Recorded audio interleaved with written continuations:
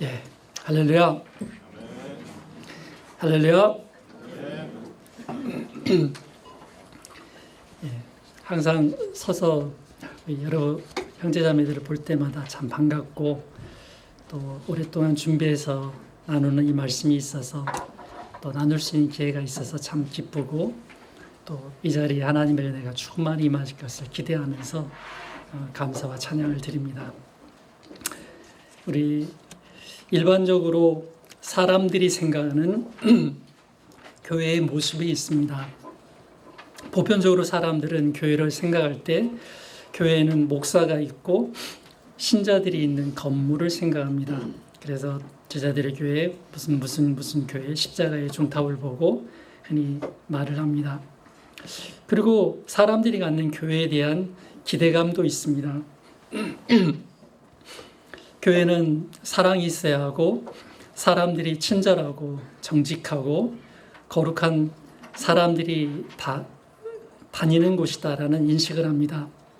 그리고 사회를 위해서는 물질적으로 적극 봉사하며 선행을 많이 힘쓰는 교회가 참된 교회라고 생각을 합니다. 하지만 사람들이 갖는 교회에 대한 기대감이 무너지거나 교회 내 돈 문제나 내부적으로 갈등이 생겨서 서로 다투고 심지어 법적 공방 속에서 분쟁하는 모습을 보게 되거나 부정적인 측면을 보게 될 때 교회를 향해 맹비난을 퍼붓기도 합니다. 이것은 교회가 아니다 그렇게 말하기도 합니다. 죄송합니다. 미세먼지를 많이 대신 마시고 없애느라고 즐겨 마셨더니 이렇게 목이 내려갔네요. 아마도 세상이 바라보는 그런 부정적인 모습이 아주 복합적으로 나타난 교회가 있다면 우리가 살펴보는 고린도 교회일 것입니다. 항구 도시의 향락이 발달하여 성적인 문란함이 교회에 들어와서 어지럽혔고 그래서 근친상간이 생겼고 교회 내부적으로 지도자를 따라 바울파, 아볼로파, 베드로파, 예수님파하며 파벌이 형성되어 나뉘었고 신분에 따라 나뉘어서 부자와 가난한 사람이 그 사이에서 갈등이 일어나기도 하고 또 은사에 따라서 누가 더 큰 은사를 가진 자인가 하며 교만함이 교회의 분열을 일으키는 결과를 만들어서 분쟁하는 교회 그 자체였습니다. 외형적으로 이러한 곳이 교회인가 할 만큼 회의적인 그런 모습입니다. 여러분, 교회는 어떤 곳입니까? 고린도 교회의 이와 같은 모습임에도 불구하고 우리가 좀 중요하게 봐야 될 내용은 바울에게서 듣게 되는 교회에 대한 관점입니다. 1장 2절을 보면 고린도에 있는 하나님의 교회 곧 그리스도 예수 안에서 거룩하여지고 성도라 부르심을 받은 자들이라는 표현으로 고린도 교회를 지칭합니다. 지금까지 다뤘던 모든 문제를 쏟아부으면서도 첫 번째 너희들은 하나님의 교회이다라는 사실이죠. 고린도 교회의 성도들 한 사람 한 사람이 모여 하나님의 교회가 되었다라는 것입니다. 바로 너희는 그리스도를 믿는 하나님의 교회이다라는 사실입니다. 교회는 사람들이 생각하는 외형적인 건물이 아니라 사람들에게서 드러나는 문제만을 보면서 저것은 교회가 아니다라고 판단해서도 안 됩니다. 교회는 예수 그리스도를 구세주와 주님으로 믿는 사람들이 다 하나님의 교회입니다. 단순한 건물이 아니라 그리스도를 중심으로 믿고 고백하고 모인 그곳이 바로 교회가 됩니다. 그래서 오늘 저는 진정한 참된 교회가 가지는 교회의 모습 그리고 그 특징이 무엇인지 세 가지를 살피려고 합니다. 동일성입니다. 교회가 가진 본질을 자세히 살피고 싶습니다. 또 하나는 다양성입니다. 교회 안에 서로 다른 지체가 있듯이 교회는 다양성을 가집니다. 그리고 활동성입니다. 교회가 힘써서 일해야 하는 여러 가지 일들이 있음을 살피면서 오늘 본문을 통해서 우리에게 주는 참된 교회의 모습을 발견하고 또 우리 각자에게 주시는 교회의 모습을 깊이 경험해가는 또 이루어가는 그런 시간 되었으면 합니다. 첫 번째로 다룰 말씀은 이것입니다. 통일성. 우리는 한 몸이다라는 사실입니다. 사랑하는 남녀가 결혼을 하면 서로 다른 각각의 몸이지만 한 몸을 이루어 모든 것을 함께합니다. 그리스도를 믿는 우리는 그리스도에게 속하여서 그의 몸이 되고 서로가 한 몸이 된다는 사실입니다. 첫 번째 소주로 한 몸을 이루는 기초는 예수 그리스도이십니다. 성령께서는 우리가 한 몸이 되도록 도와주십니다. 우리 12장 13절 말씀인데요. 본문 첫 구절입니다. 같이 한번 읽어볼까요? 시작.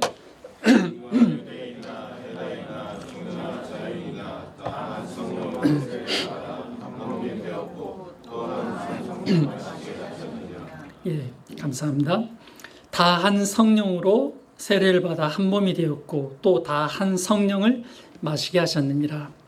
여기 다 한 성령으로 세례를 받았다는 이야기는 성령께서 한 사람의 마음 속에 일하셔서 예수 그리스도를 구세주와 주님으로 믿도록 고백하여 새로운 생명을 얻게 하셨다라는 말입니다. 그리고 그 마음 가운데 예수 그리스도를 뚜렷이 고백하게 하여 그리스도의 몸이 되게 했다라는 의미입니다. 그리스도의 죽으심이 곧 나의 죽음이고 또 그의 부활이 곧 나의 부활이라는 사실을 믿고 받아들이게 하심으로써 그리스도와 한 몸을 이루는 신비한 일이 내 안에 일어났다는 것입니다. 그리고 이 일은 어떤 특정한 사람만이 아니라 특정한 사람만 체험한 어떤 현상이 아니라 고린도 교회 성도들 모두가 다 한 성령으로 다 한 몸을 이루는 놀라운 변화가 일어났다는 것입니다. 여러분, 교회를 이루는 기초는 예수 그리스도이십니다. 교회란 예수 그리스도가 나의 구세주요 주님이시라는 단 하나의 뚜렷한 신앙 고백을 가진 자들이 교회가 됩니다. 그러므로 단순히 보여지는 건물이 교회가 아니라 전 지구상에 예수 그리스도를 믿는 자들이 다 교회가 되고 이것을 우주적 교회라고 말하죠. 또 그 안에서 보여지는 지역 교회가 있고 그 안에 우리 자신이 있습니다. 그러므로 예수 그리스도에 대한 이 고백은 매우 중요합니다. 사랑하는 성도 여러분, 우리는 동일한 하나의 신앙 고백을 가져야 합니다. 개인의 마음 가운데 예수 그리스도를 구세주와 주님으로 분명하게 믿고 고백해야 합니다. 단지 교회 출석만 한다고 진정한 교회의 성도라고 말할 수 없습니다. 교회는 다양한 생각이나 이념이나 정치적 목적을 이루는 기관도 결코 아닙니다. 우리가 가진 뚜렷한 신앙 고백이 기초가 됩니다. 이 고백이 흔들리기에 현 시대 속에서 보면 종교 혼합주의 시대를 보게 됩니다. 불교, 천주교, 원불교, 교회가 한 뜻을 품고 하나가 되려 합니다. 마치 같은 목표를 향해 가는데 서로 존중하고 함께 하자는 것입니다. 여러분, 이러한 것은 기독교가 아닙니다. 기독교는 단 하나의 길만을 제시합니다. 오직 예수 그리스도를 구세주와 주님으로 믿는 자들이 곧 교회입니다. 비록 수많은 문제와 불완전함과 비난받는 모습이 있다 할지라도 하나님이 세운 참된 교회는 그리스도를 뚜렷이 고백하는 자들이 진정한 교회가 됩니다. 이런 고백이 여러분들에게 깊이 뿌리 내릴 수 있기를 예수님의 이름으로 축원합니다. 두 번째 소지로 우리는 그리스도 안에서 한 몸을 이룹니다. 13절 다시 한번 읽어드리면 우리가 유대인이나 헬라인이나 종이나 자유인이나 다 한 성령으로 세례를 받아 한 몸이 되었고, 우리는 그리스도와 한 몸입니다. 한번 같이 고백해 볼까요? 우리는 그리스도와 한 몸이다. 한 몸이 되었고, 성령에 의해 세례를 받은 자는 그리스도와 한 몸이 된다는 말입니다. 신비한 연합이 우리 안에 일어난 것을 의미합니다. 주님께서는 이러한 우리의 믿음의 고백을 통해서 우리들 각자와 한 몸을 이룹니다. 그래서 믿는 성도와 자신을 동일시합니다. 여러분, 사도 바울이 바울 전에 사울로서 성도들을 핍박할 때 그 사울에게 다메섹 도상에 가는 사울을 향해서 그렇게 말하죠. 네가 왜 나를 핍박하느냐. 사울은 예수님을 핍박한 적은 없죠. 그렇지만 예수 믿는 사람들을 핍박할 때 그 개개인을 향해서 핍박하는 것은 곧 예수님 자신을 핍박하는 것이다 라는 사실이었습니다. 그리스도를 믿는 성도 개개인과 한 몸이 되어 자신과 동일시하신 것입니다. 성령이 이러한 사실을 확증해 주신 것입니다. 우리는 그리스도와 한 몸이다라는 분명한 뚜렷한 의식을 가져야 합니다. 결코 혼자가 아닙니다. 믿는 우리 자신과 한 몸이 되어 우리가 겪는 모든 것들을 함께하여 주십니다. 내가 겪는 모든 것을 아시고 도와주십니다. 결코 홀로 설 수 없습니다. 항상 나와 함께 하시는 그리스도와 한 몸으로 이 세상을 살아갑니다. 내가 그 안에 있고 그분이 우리 안에 있습니다. 이 사실을 이해해야 합니다. 그리고 또 하나, 다양한 사람들이 한 몸을 이룹니다. 유대인이나 오늘 본문처럼 헬라인이나 종이나 자유인이나 상관없이 누구든지 그리스도를 믿으면 그리스도와 한 몸이 되고 서로가 다르지만 다양한 사람들이 그리스도 안에서 한 몸이 된다라는 사실입니다. 이것이 우리 안에 생하시는 성령의 일하심의 결과입니다. 그러므로 각자가 받은 은사가 다르고 성격도 기질도 삶의 방식도 다 다르지만 각 지체는 그리스도의 몸이며 또한 그리스도 안에서 한 몸이다라는 뚜렷한 의식을 가지고 살아야 합니다. 한마디로 너와 나는 그리스도의 몸이다라는 사실입니다.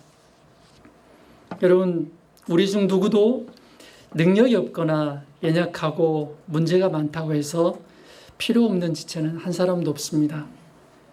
한 성령, 한 몸을 강조하는 것처럼, 하나를 강조하는 것처럼 우리는 서로가 다 소중하고 서로가 몸된 교회에 속하여 한 몸을 이루는 그런 사람들이고 또 그러한 일을 힘써야 합니다.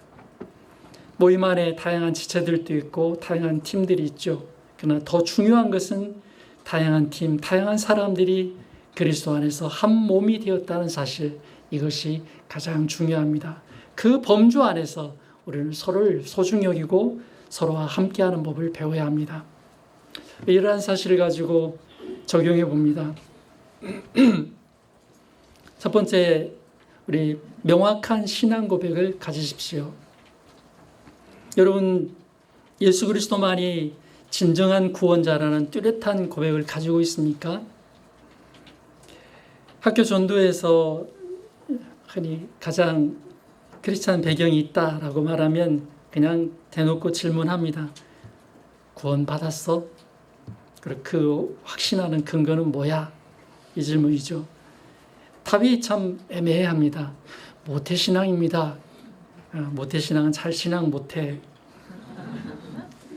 너의 뚜렷한 신앙 고백, 누구도 들어도 이해할 수 있는, 그렇게 하면 되겠구나 할 수 있는 그 고백이 뭐야? 라고 좀 꼬치꼬치 캐묻죠. 여러분, 분명한 고백이 필요합니다. 교회의 참 모습은 십자가에 죽으시고 부활하신 예수 그리스도를 구세주와 주님으로 믿고 받아들인 사람들이 교회가 됩니다. 이 고백이 명확해야 합니다. 이 믿음의 기초 위에 세워지지 않는 것은 참된 교회가 아닙니다. 다른 길은 다른 것이 아니라 틀린 것입니다. 그래서 함께 갈 수 없습니다. 오직 성령으로 말미암아 예수 그리스도는 나의 구세주요, 나의 주님이시라는 명확한 고백, 그 고백 위에 교회가 세워지고 그 교회 속에서 우리는 그 고백을 분명한 우리 삶의 기초로 삼고 그 위에서 성장해 가야 될 줄 믿습니다. 두 번째로는 모이기를 힘써야 합니다. 한 몸을 이룬 우리 서로가 함께 한 몸이 되기를 위해서 힘써야 되는 이런 과정이 정말 필요합니다. 코로나 상황에서 한국 교회가 택한 것은 정치적으로 제도를 만들었습니다만 가정에서 각 유튜브를 통해 예배를 드리는 일이었습니다. 그리고 코로나를 끝난 이후 한 신학교 잘 지냈던 한 목사님하고 잠깐 이야기를 할 수 있는 기회가 있었습니다. 코로나 이후에도 여전히 집에서 예배를 드리면서 교회에 나오지 않는다는 것입니다. 그리고 많이 떠나서 한 3분의 1로 교회가 줄었고 교회는 교회로 어렵고 개인을 보면 어떤 사람은 신앙을 떠난 사람도 있고 모이기를 힘쓰지 않게 되면서 신앙적으로 위축되고 병든 사람처럼 생동감 없이 살아가는 모습을 보는 것이 정말 안타깝다라는 호소를 하는 것을 친히 들을 수 있었습니다. 우리도 코로나의 힘든 시기를 보냈지만 각 가정에서 팀별로 서로 모여서 예배를 드리고 개인 교제와 성경 공부를 하면서 모이기를 힘쓴 것은 돌아보면 하나님께 순종한 가장 잘한 그런 일이라고 저는 생각합니다. 그렇죠? 돌아보면 사실 여러분 아무것도 아니지 않습니까? 코로나 걸렸으면 지금은 걸렸어? 이 시국에? 그러지 않습니까? 걸리면 일주일 쉬고 나으면 낫고 견디면서 면역력을 이루고 하나님 믿고 확신과 담대함으로 세상을 살아가는 신앙을 우리는 지난 코로나 시기에 배웠습니다. 그리고 그런 무장된 힘으로 어떤 것이 와도 우리는 또 모여서 우리의 할 일을 하겠다라는 마음을 가질 수 있는 사람이 되었습니다. 할렐루야. 성도는 모이기를 패하는 어떤 사람들의 습관과 같이 하지 말아야 합니다. 한 몸이라는 의식을 가지고 적극 모이기를 힘써야 합니다. 어떤 사람은 나는 교회 가지 않아도 그리스도인이 될 수 있다고 말하면서 소속감 없이 살아가는 사람들도 있습니다. 꼭 배우고 따르고 믿음의 삶을 성실하게 살아야 하는가? 얼마든지 나 혼자 성경 읽고 예배드리고 그리스도와 동행하며 그리스도인다운 삶을 살아갈 수 있다고 생각하고 고립되는 것을 경계해야 합니다.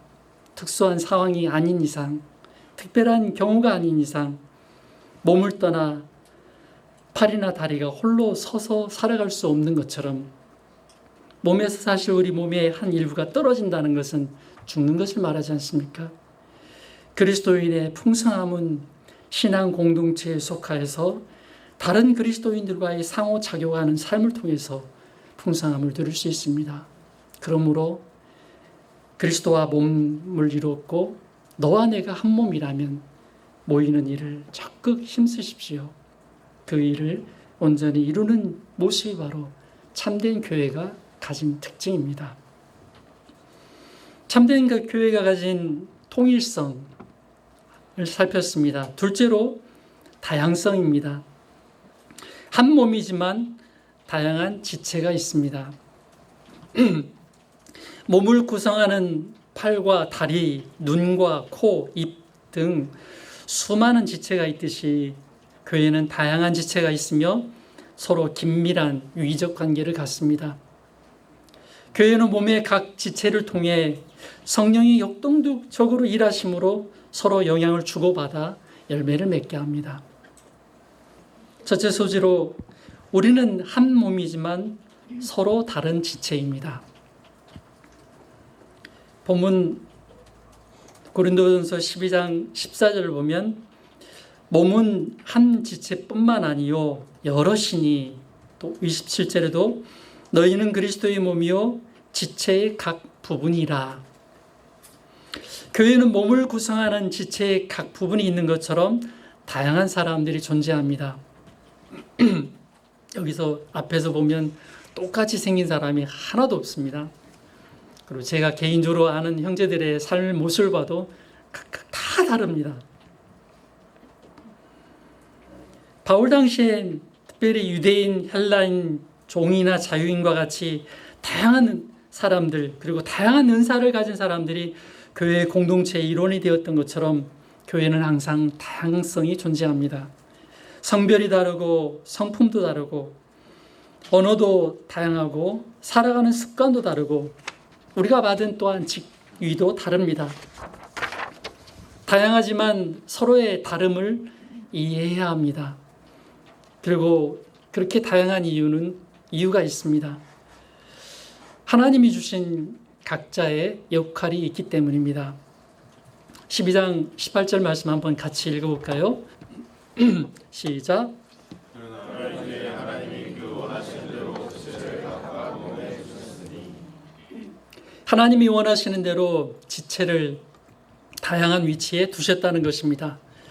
몸을 구성하는 발, 손, 귀, 눈, 코 등이 있다는 것입니다.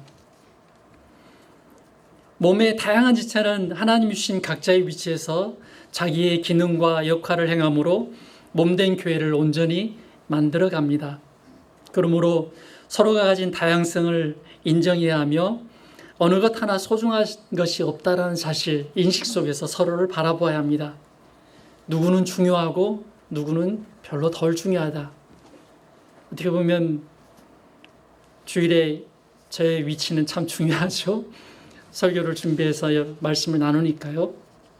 또 방송 시스템 있습니다만 저와 비교하면 어떻습니까? 누가 더 중요하죠? 비교할 수 없죠. 방송에서 꺼버리면 목사님 당황하셨죠? 그러겠지 않겠습니까? 서로가 중요합니다.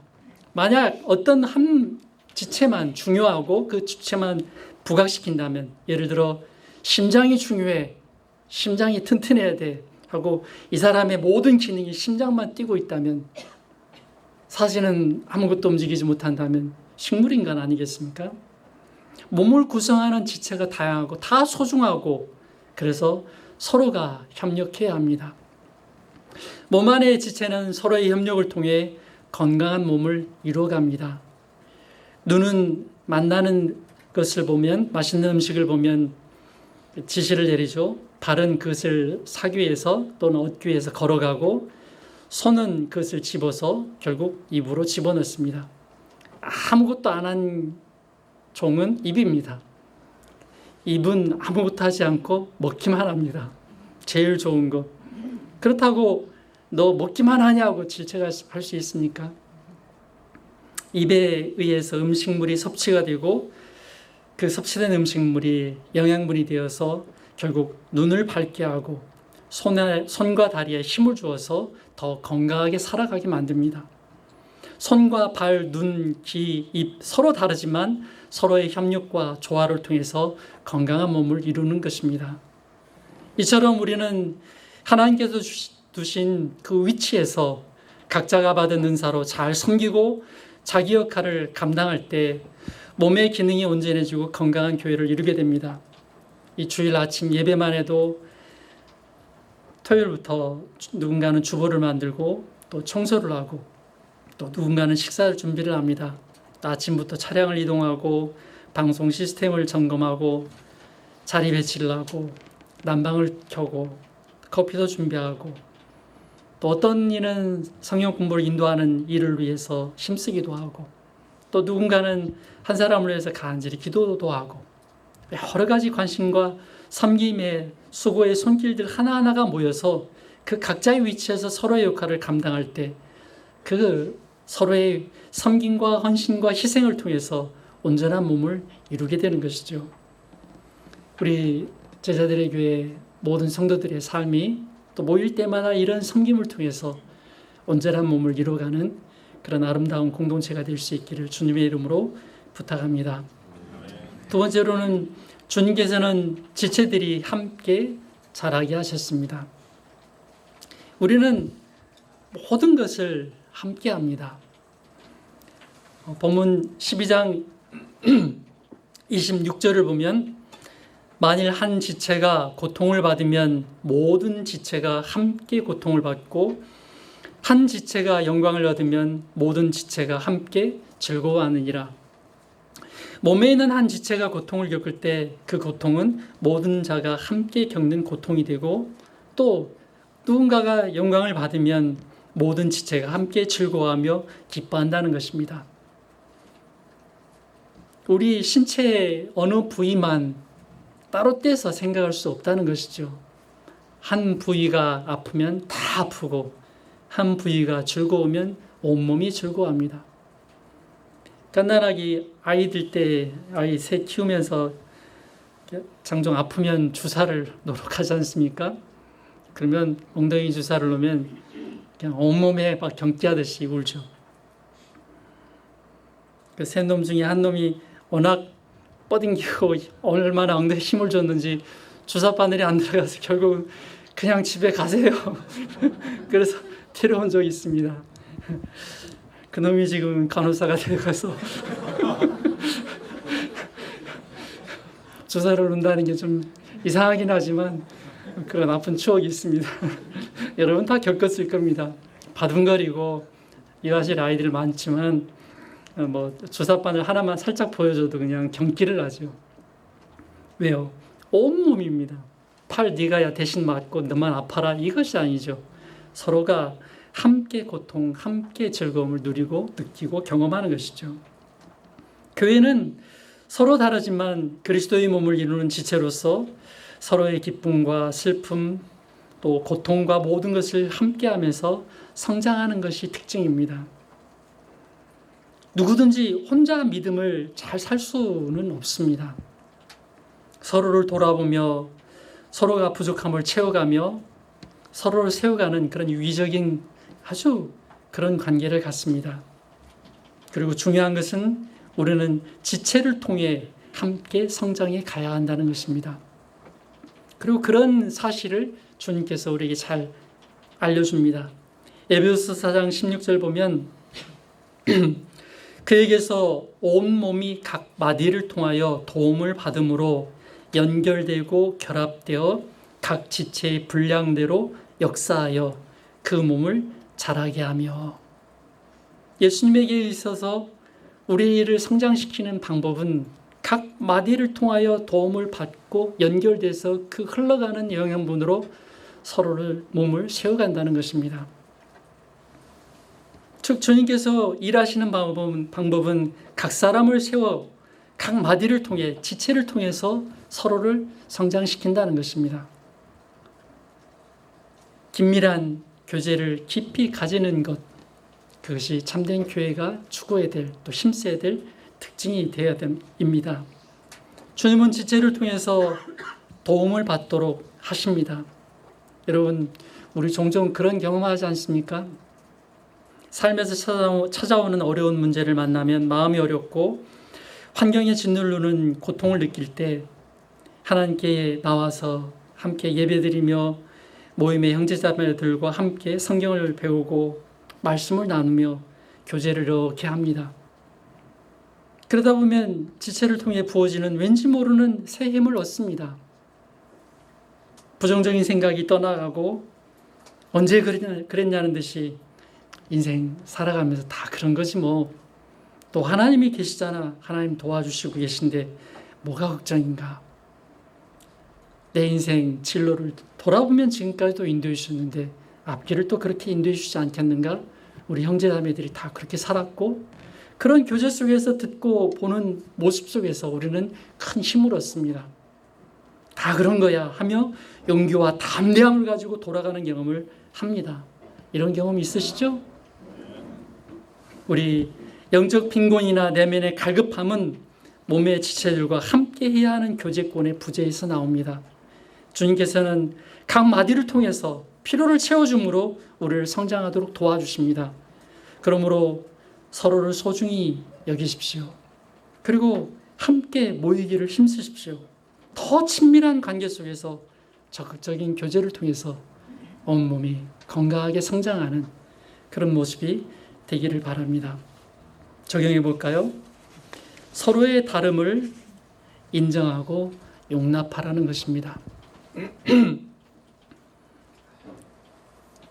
서로 우리 각각 다 다름을 가지고 있고 그것을 이해하고 용납해야 합니다.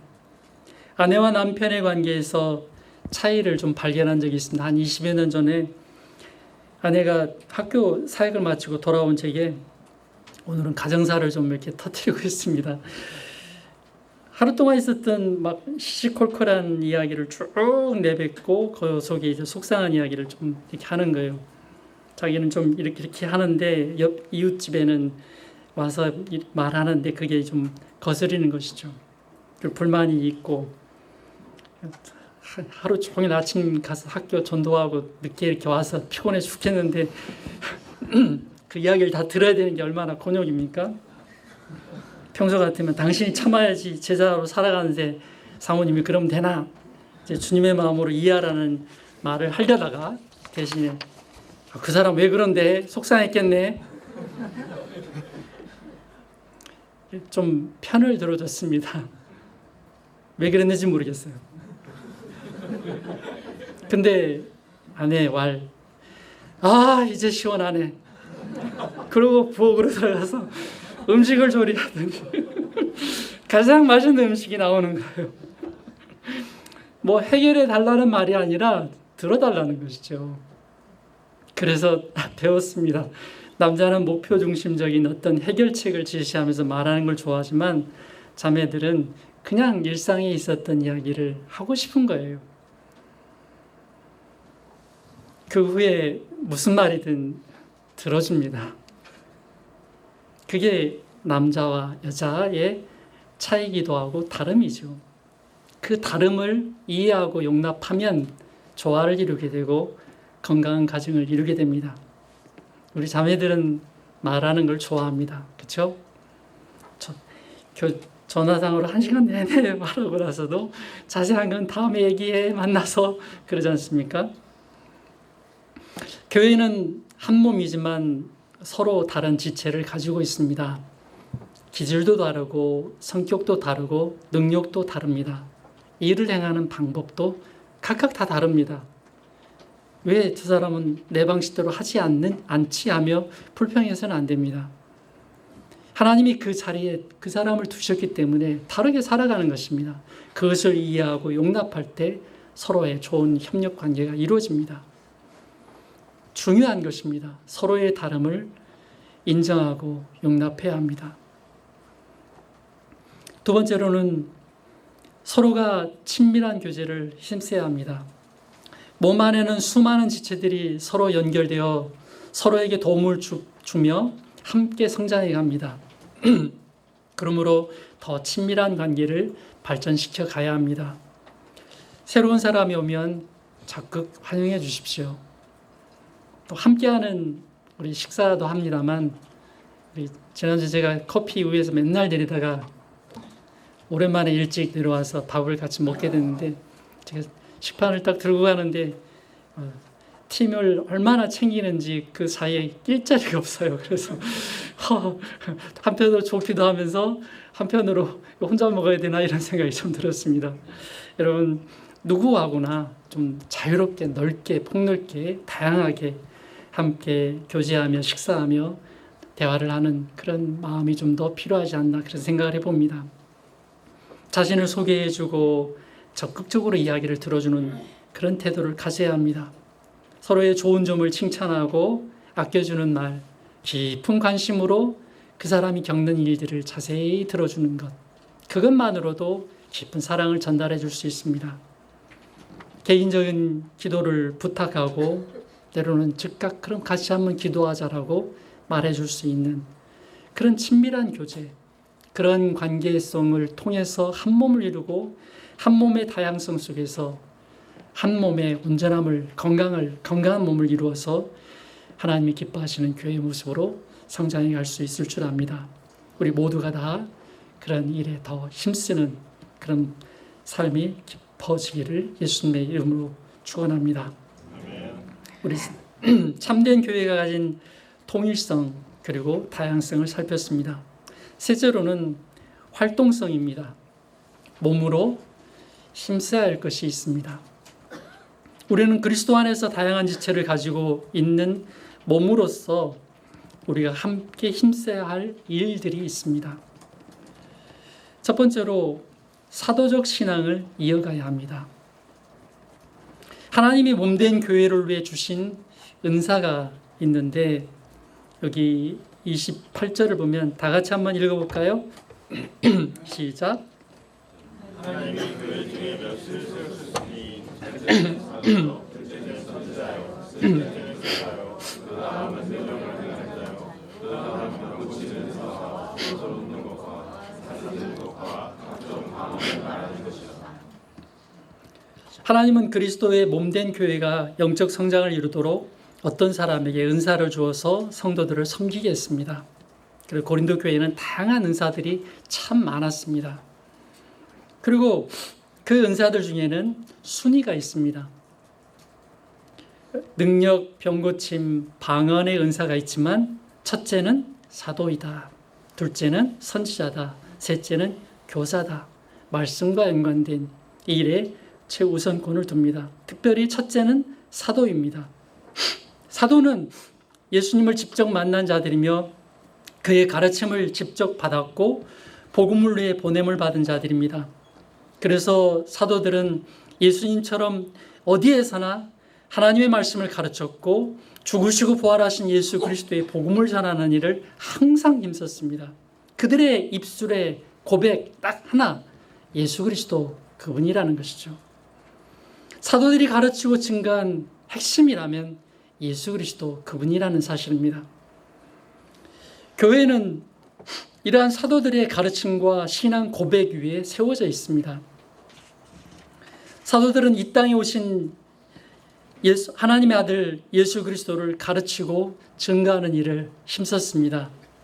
특별히 요한일서를 좀 참조해 보면 태초부터 있는 생명의 말씀에 관하여는 우리가 들은 바요 눈으로 본 바요 자세히 보고 우리의 손으로 만진 바라. 2절에도 이 영원한 생명을 우리가 보았고 증언하여 너에게 전하노니 라고 말하죠. 사도들이 친히 보고 만지고 직접 음성을 들으며 경험했던 예수님이 하나님의 아들이시라는 사실을 가르쳤습니다. 그리고 그분이 하신 모든 말씀을 가르쳤습니다. 그리고 예수 그리스도가 영원한 생명의 주님이시라는 사실, 구세주요 주님이시라는 이 사실을 뚜렷하게 증거했습니다. 구약은 이러한 예수 그리스도가 오심을 해석해 주는 책이고 사도들이 경험한 예수 그리스도를 가르치고 증거한 책은 신약 우리가 갖고 있는 성경책입니다. 사도적 신앙이라고 표현하는데 사도들이 기록한 성경을 절대적인 하나님의 말씀으로 믿고 사도들이 고백한 것처럼 우리도 예수 그리스도가 구원자라는 사실을 믿는 것이 사도적 신앙이라고 말할 수 있습니다. 이 사실을, 이 전통을 이어가는 것이죠. 예수 그리스도와 복음 중심의 신앙을 뚜렷이 고백하고 이 사실을 보존하는 것, 이것을 펼쳐가는 것, 그것이 교회의 참된 모습이어야 합니다. 이것은 청교도들이 믿은 신앙이며 부흥의 역사 속에서 하나님의 백성들이 고백한 신앙이고 오늘날 우리가 믿고 가르치며 증거해야 할 가장 중요한 내용입니다. 사랑하는 성도 여러분, 우리는 사도들이 세운 신앙의 기초를 계속적으로 이어가야 합니다. 현대교회가 해야 할 많은 활동들이 있습니다. 또 하기도 합니다. 사회봉사, 구제, 교육, 상담, 장학사업, 또 나라를 위한 여러 가지 행사들. 그러나 정말 많은 활동이 있습니다만 중요하게 힘써야 될 것, 잊지 말아야 될 것, 고수하고 이어가야 할 것, 그것이 있습니다. 바로 사도들이 세운 교회의 모습입니다. 사도들과 같이 교회는 하나님의 말씀을 전하고 가르치는 고유의 일에 전념해야 합니다. 성경을 통해 영원한 생명이 되시는 예수 그리스도를 가르치고 증거해야 합니다. 교회가 힘써 해야 할 일이며 참된 교회가 힘써 행해야 하는 그런 특징이어야 합니다. 오늘 우리 교회가 가장 힘쓰고 집중하는 부분이라고 저는 말씀드릴 수 있습니다. 다른 건 못해도 성가대가 있습니까? 무슨 찬양단이 있습니까? 어떤 화려한 뭐가 있습니까? 그냥 1년 12달 365일 성경 읽고 묵상하고 기도하는 일, 매주 모여서 성경 공부하고 나누는 일, 또 우리 삶의 현장에서 어떻게든 한 사람 그리스도께 인도하기 위해서 복음 전하는 일, 그 일만 힘씁니다. 어떤 상황에서도 모이기를 힘쓰며 성경을 통해 예수 그리스도를 가르치는 일, 그리고 그리스도를 알아가기 위해서 배우는 일에 전념하고 있습니다. 이 일들 하나님이 기뻐하시는 일이고 이것이 첫째요, 사도의 첫째됨의 은사의 가장 중요한 은사였던 것처럼 오늘 우리가 마음에 품고 힘써 행해야 될 가장 중요한 일인 줄 믿습니다. 두 번째로 서로 사랑해야 합니다. 참된 교회가 힘써야 할 가장 큰 또 은사가 있습니다. 31절 말씀인데요. 우리 본문이니까 한번 읽어볼까요? 시작.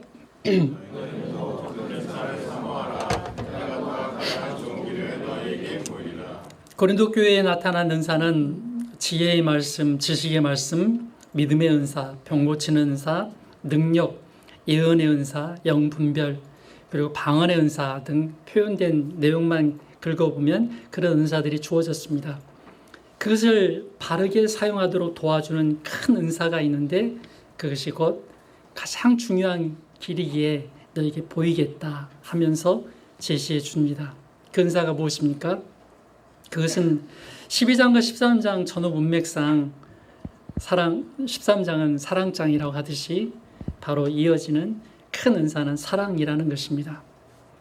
고린도 교회에 은사가 많았지만 은사를 가지고 행하면서 놓친 것이 있는데 그것이 사랑이다. 그 사랑을 소개해 줄게라는 이야기죠. 이 사랑이 빠진 은사의 행위가 나타난 결과는 서로 다투고 분쟁이 일어나면서 몸든 교회 전체가 병든 자처럼 힘을 잃어가고 있는 그런 상황이 고린도 교회의 상황입니다. 그들이 받은 은사를 가지고 몸된 교회를 섬기고자 할 때 중요한 것 있는데 바로 사랑이다라는 이야기입니다. 여러분, 세상과 교회가 가진 차이는 바로 사랑이라고 말씀드릴 수 있습니다. 점점 시대가 악하고 불법 이상함으로 서로를 향한 사랑이 식어져 갑니다. 합리적이고 이기적이고 계산적입니다. 사랑으로 섬겨야 할 일이 보상을 따지고 콩 한 쪽이라도 나눠 먹던 정서가 메말라 가고 있고 서로를 향해서 비난하면서 분쟁을 낳는 그런 시대를 보는 것 같습니다. 뭐 조금만 틀리면 다 끌어내리지 않습니까? 대통령이라도 상관없이 다 끌어내리지 않습니까?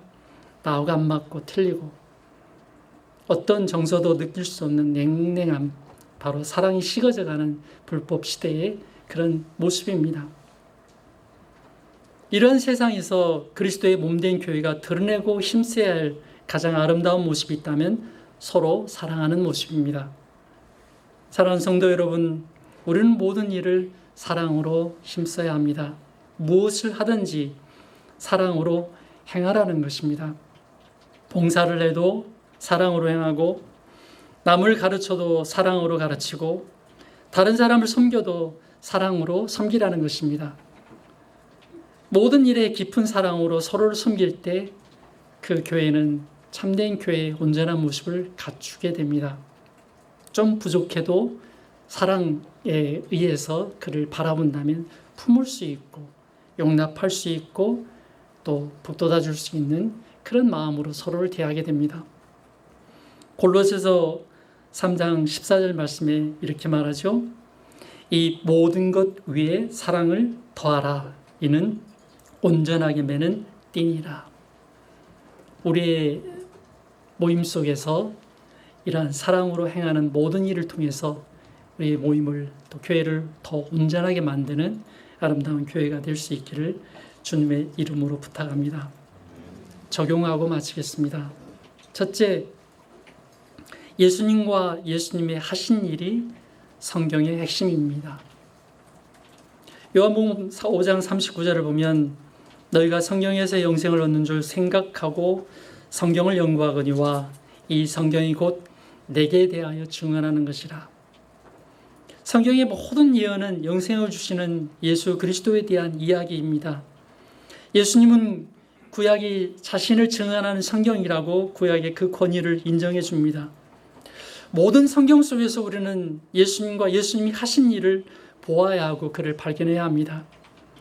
사도들이 기록한 성경의 핵심은 단 하나, 우리가 보고 듣고 경험한 그 예수님, 그분을 증거한 것이 성경이라고 한다면 우리는 그 성경에서 예수 그리스도를 발견해야 합니다. 오직 예수님 그분이십니다. 하나님 말씀을 소중히 여기고 가르침을 잘 받길 바랍니다. 잘 배우십시오. 성경을 통해 예수 그리스도를 알아가고 그를 발견해가는 과정을 성실하게 밟으십시오. 그리고 우리들 각자에게 주어진 성경 속에서 예수님이 어떤 분이신지를 깊이 발견하고 그분을 더 가까이 경험하고 느끼고 만나고 알아가는 그런 삶이 더 깊어지기를 주님의 이름으로 부탁합니다. 마지막 예수님은 서로 사랑하라고 하십니다. 성경 속에 나타난 예수님은 우리에게 이런 권면으로 마지막 주고 있죠. 요한복음 13장 34절 말씀입니다. 새 계명을 너희에게 주노니 서로 사랑하라. 내가 너희를 사랑한 것 같이 너희도 서로 사랑하라. 서로 사랑해야 합니다. 구체적인 행동을 함께 펼치는 것이죠. 서로를 위해 기도하는 것, 그것도 사랑입니다. 서로에게 먼저 다가가 인사를 하는 것, 반가움을 표현해 주는 것, 그것도 사랑입니다. 힘든 얼굴을 보면서 웃어주는 것, 제가 웃음이 좀 쉽지는 않습니다만 근엄한 태도로 다가가서 뭐 했냐, 한 주간 보자 이것이 아니라 격려해주고 웃어줄 수 있는 관계, 또 때로는 연약하고 힘들어하는 모습을 보면서 내 가진 작은 물질로 깊이 한 사람의 필요를 채우기 위해서 섬기는 일, 또 헌금을 통해서도 몸된 교회를 바르게 세워가도록 재정적으로도 힘을 실어주는 일, 이 모든 것들이 다 사랑의 표현이라고 믿습니다. 내가 행하는 모든 일에서 어떤 동기로 행하고 있는지를 살펴보십시오. 주어진 일이기 때문에 행하는 일인지, 아님 주님께서 나를 사랑하여 오래 참아주시고 용납하여 주셔서 항상 함께해 주셔서 끝없는 사랑으로 이끌어 주신 그 사랑으로 나도 내 앞에 있는 형제와 자매를 사랑하고 있는지 살펴보시면서 진심으로 형제자매를 사랑하여 섬기는 자가 될 수 있기를 예수님의 이름으로 부탁합니다. 정리합니다. 교회에는, 참된 교회에는 통일성이 있습니다. 그리스도와 한 몸이고 서로가 한 몸입니다. 또한 교회는 다양성이 있습니다. 몸에 다양한 지체가 있고 그 지체들이 서로 함께 협력하여서 건강한 몸을 이룹니다. 우리 그런 관계가 되어야 합니다. 활동성이 있습니다. 몸으로 힘써야 할 것이 있습니다. 건강한 몸으로 나가서 우리가 해야 될 일, 우리 자신에게서부터 나온 하나님의 말씀이 예수 그리스도를 드러내고 알아가고 또 그분을 또한 세상 가운데 나가 증거하고 가르치고 드러내는 그런 삶이 더 깊어져서 우리 참된 교회를 온전히 이루는 모두가 될 수 있기를 예수님의 이름으로 축원합니다. 기도하겠습니다.